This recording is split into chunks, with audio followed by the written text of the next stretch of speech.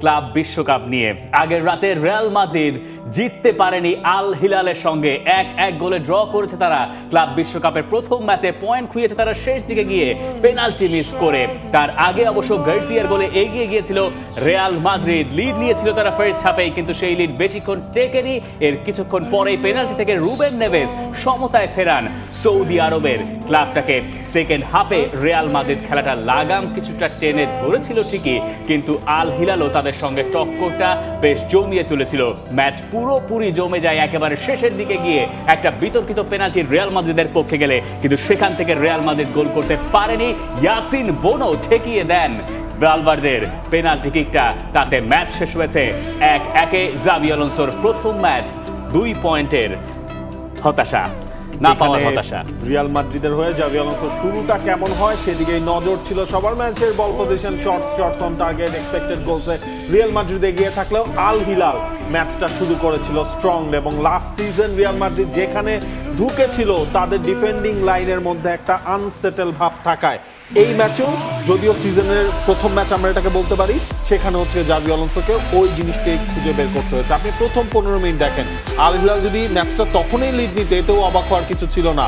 এবং দিন শেষে যে রিয়াল মাদ্রিদ এই ম্যাচ থেকে একটা পয়েন্ট পেয়েছে, হ্যাঁ সেকেন্ড হাফে Real Madrid strongly come back করেছে, কিন্তু তারপরও রিয়াল মাদ্রিদের ফ্যানরা তো চেয়েছিলেন যে জাভি আলোনসোর আন্ডারে একটা জয় দিয়েই তারা স্টার্ট করে।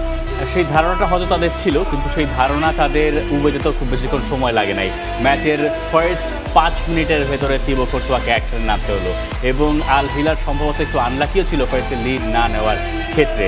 বরং একটা ব্রেক থেকে যখন রিয়াল মাদ্রিদ লিড নিল, কুলিং ব্রেকের পরপরে, এবং কুলিং ব্রেকের সময় জাভি আলোনসোকে আমরা দেখছিলাম যে তিনি প্লেয়ারদেরকে কাছে ডেকে এনে কন্টিনিউয়াসলি কিছু একটা বলে যাচ্ছিলেন। বলে যাওয়ার কারণ হচ্ছে তিনি বুঝতে পারছিলেন এই খেলায় তার দলের কোনো লাগাম নাই, কেউ কোথাও ধারে কাছে যেতে পারছে না।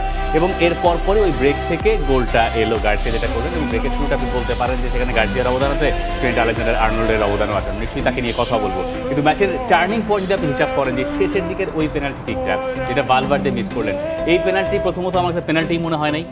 যে পেনাল্টিটা রিয়াল মাদ্রিদ পেয়ে গেছে, খুবই লাকি ভিএআরে গিয়ে সেই পেনাল্টিটা দেওয়া হয়েছে।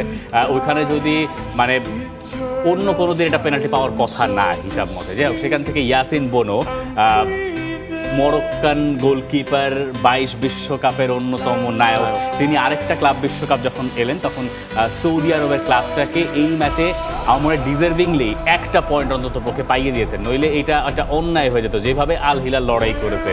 আল হিলালের আপনি যদি, আমরা আল হিলাল নিশ্চয়ই কথা বলবো, সিমোনে ইনজাগি তো প্রথম ম্যাচ ছিল, এটা জাভি আলোনসোর প্রথম ম্যাচ ছিল ডাগ আউটে।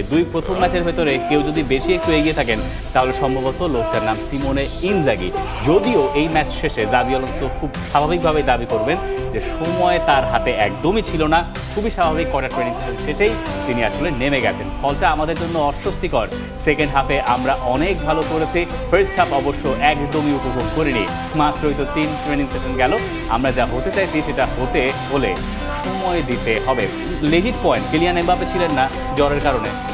দেখেন জাভি আলোনসোর আন্ডারে ওভারঅল ফুল টিম নিয়ে তিনি ট্রেনিং করিয়েছেন মাত্র 3 দিন। হ্যাঁ, এই সময়টার মধ্যে আপনার দলে ইন্ডিভিজুয়াল স্কিল আছে, কিন্তু ফুটবল তো হচ্ছে একটা টিম গেম, সেই জায়গার মধ্যে সবার মধ্যে যে আন্ডারস্ট্যান্ডিংটা সেটা রিয়াল মাদ্রিদের খেলায় কম ফুটে উঠেছে কালকে ম্যাচের একেবারে শুরু থেকে।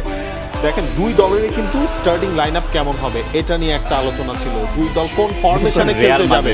হ্যাঁ, কারণ সিমোনে ইনজাগিও তো আপনার ইন্টার মিলানকে আমরা দেখেছি তিনি 3 জন সেন্টার ব্যাক নিয়ে তিনি সবসময় হচ্ছে মাঠে নামে 3 ম্যান ব্যাক লাইন থাকে, তার সামনে 2 উইং ব্যাকের রোল থাকে।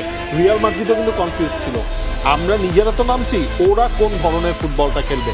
এবং থিবো কর্তোয়া তিনি ম্যাচ শেষে যেটা জানিয়েছেন, কার্লো আনচেলত্তির আন্ডারে রিয়াল মাদ্রিদ এতদিন যেই ধরনের ফুটবলটা খেলেছে, জাভি আলোনসোর আন্ডারেও সেটা ফরমেশনে খুব বেশি পরিবর্তন হয় নাই। আমরা কার্লো আনচেলত্তির অধীনে 4 বছর ছিলাম, নতুন বস যা চাইছেন তার সঙ্গে আমাদের মানিয়ে নিতে হবে, আর সেটা তো 4 দিনেই হবে না। খুবই সিগনিফিকেন্ট একটা কথা থিবো কর্তোয়া যেরকমটা বলেন আর কি, সাধারণত সবসময় তিনি এইসব ব্যাপারে কথা বলেন যে 4 দিনে তো এটা হবে না। এখন আমরা যদি এই ম্যাচে মানে জাভি আলোনসোকে খুঁটি নাটি নিয়ে আলোচনা করার সুযোগ যদি পাই, একদম শুরু থেকে আসি, তিবো কোর্তোয়া যে কথাটা বলেছেন সেই কথার সঙ্গে আপনি ফার্স্ট হাফ আর সেকেন্ড হাফের জাভি আলোনসোর কথা মিলিয়ে দেখতে পারেন। ফার্স্ট হাফে রিয়াল মাদ্রিদের খেলার তাল ছিল না, সেকেন্ড হাফে কম্পারেটিভলি তারা অনেক ভালো করেছে। ইনফ্যাক্ট ওই ফার্স্ট গোলটার পরে ম্যাচের অনেকটুকু কন্ট্রোল আসলে রিয়াল মাদ্রিদের কাছে ছিল, এর আগ পর্যন্ত কন্ট্রোল তাদের কাছে ছিল না। এবং ওই জায়গায় আপনি যদি ফ্রন্ট লাইন দেখেন রিয়াল মাদ্রিদের, মানে কিলিয়ান এমবাপে না থাকার ভোগটা বা ওই অভাবটা রিয়াল মাদ্রিদ ভোগ করবে। ভিনিসিয়াস জুনিয়রকে ওই অর্থে এই ম্যাচেও খুঁজে পাওয়া যায় নাই।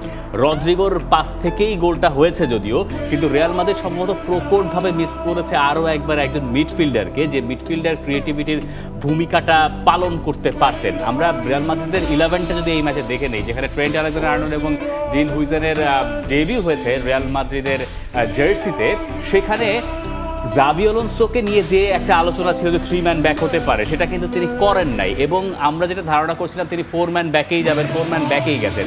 ট্রেন্ট আলেকজান্ডার-আর্নল্ডের ক্ষেত্রে দু একটা জিনিস যদি আপনি ওইভাবে বলতে পারেন, যে ফার্স্টের দিকে আমি দেখলাম যে তিনি মিডফিল্ডে ঢুকে যাচ্ছিলেন, বল যখন বাঁ দিকটায় তখন তিনি আসলে ওয়াইড সাইডের আগে টোটালি মিডফিল্ডে ঢুকে যাচ্ছেন, তাতে মিডফিল্ডে তিনি হয়তো ওই অ্যাডভান্টেজটা দিতে চাই। এবং সেটার ফলে কি হচ্ছিল, রদ্রিগো হচ্ছে কি আপনার রাইট উইং ব্যাক হিসেবে অনেকটা সময় এখন রদ্রিগো তো আসলে নিচে নামেন, কিন্তু ভিনিসিয়াস তো ওই অর্থে নিচে নামেন না।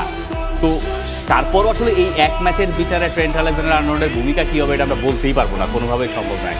বাকি সবাই আসলে খুবই অ্যাভারেজ পারফর্ম করেছেন। আসেনসিওকে উঠে যেতে হলো, তিনিও একটু অসুস্থতায় ভুগছেন, অ্যান্টিবায়োটিক খেয়ে ম্যাচ খেলতে এসেছেন, পরে গিয়ে চুয়ামেনি সেখানে নামলেন। আমরা আরবে গুলারকে দেখলাম, তাকে ডিপ্লয় করা হলো, ব্রাহিম দিয়াজ আরও পরে গিয়ে নেমেছেন ফরওয়ার্ড পজিশনে। কিন্তু মানে সেই ঝাঁজটা, মানে এই রিয়াল মাদ্রিদকে আপনার দেখে আগের রিয়াল মাদ্রিদের কথা মনে হবে, মানে কার্লো আনচেলত্তির রিয়াল মাদ্রিদের কথা, যেটা কোর্তোয়ার মনে হচ্ছে। যে মুহূর্তে মানে যখন ভদ্রলোকের নাম কি, রাইট ব্যাক চলে যাচ্ছেন, আরে